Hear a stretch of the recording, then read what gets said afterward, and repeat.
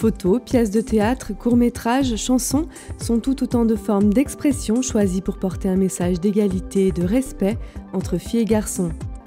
Incarnés par des jeunes de 7 à 26 ans, ce sont chaque année plusieurs projets qui sont soutenus par Grenoble-Alpes Métropole. Normalement, l'égalité femmes-hommes devrait être partout un fait admis par tous. Et depuis 2012, la métropole s'est inscrite dans une démarche de lutte contre les discriminations et dans une démarche d'égalité femmes-hommes. Nous, on ne donne qu'un cahier des charges très général, hein. C'est un message de paix, un message fraternel, un message d'égalité. Et eux s'approprient à la fois le message en tant que tel et le vecteur par lequel ils ont envie de dire quelque chose. Oh, tu peux m'apprendre à faire du foot, en plus ton ballon il est trop beau. Ouais, laisse tomber, le foot c'est pas pour les filles, en plus c'est un ballon star.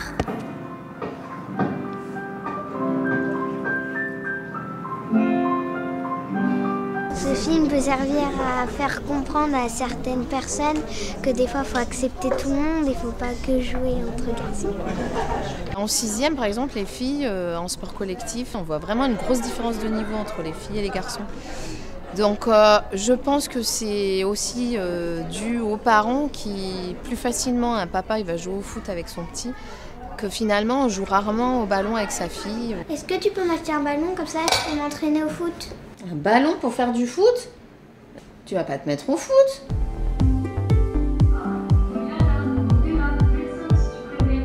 Ça sert à bien s'entendre et pas avoir peur de parler à une fille ou se respecter. Ça fait 3 ou 4 ans qu'on a choisi cette thématique parce qu'on s'était aperçu avec les collègues de CM2 qu'à la veille d'entrée en 6e, il y avait des comportements entre garçons et filles qui n'étaient pas vraiment respectueux. Oui, je suis surpris de voir comment ces questions-là reviennent sur le tapis. Et aujourd'hui, c'est la génération de mes enfants et il y a des choses qu'il faut réexpliquer. Donc, on se rend bien compte que rien n'est acquis et que l'égalité filles-garçons, c'est un combat qui continue. Et le traiter, faire réfléchir les enfants grâce au théâtre, c'est une façon privilégiée de les faire travailler. Moi, c'est Cyrine. J'ai une vie normale. Je sors, j'ai des copines et je bouge comme je veux. Quand je parle à mes copines de ma vie, elles me disent que j'ai quand même une vie bizarre. Le truc, c'est que soit mes frères sont très malins, soit ils sont devins. Ils sont capables de me raconter toute ma journée avant que je leur en parle.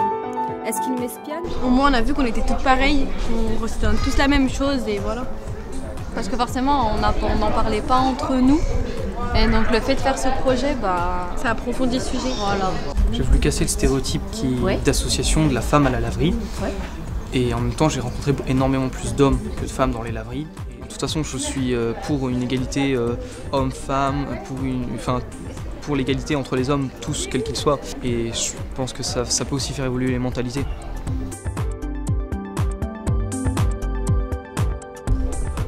Moi, je pense que les différences font l'enrichissement de chacun. Et le fait que des personnes qui ne se seraient peut-être jamais rencontrées ou croisées puissent se retrouver dans des ateliers de théâtre, dans le milieu associatif, n'importe où. C'est vraiment intéressant et c'est ce que je voulais valoriser via cette exposition de photographie pour montrer qu'il est possible de réaliser ces projets. Ça nous permet à nous, adultes, quelquefois, de changer un peu le prisme, notre point de vue sur la chose. Donc ça nous aide à construire finalement les démarches qui viennent et puis les messages qui viendront en support à cette belle promesse de l'égalité.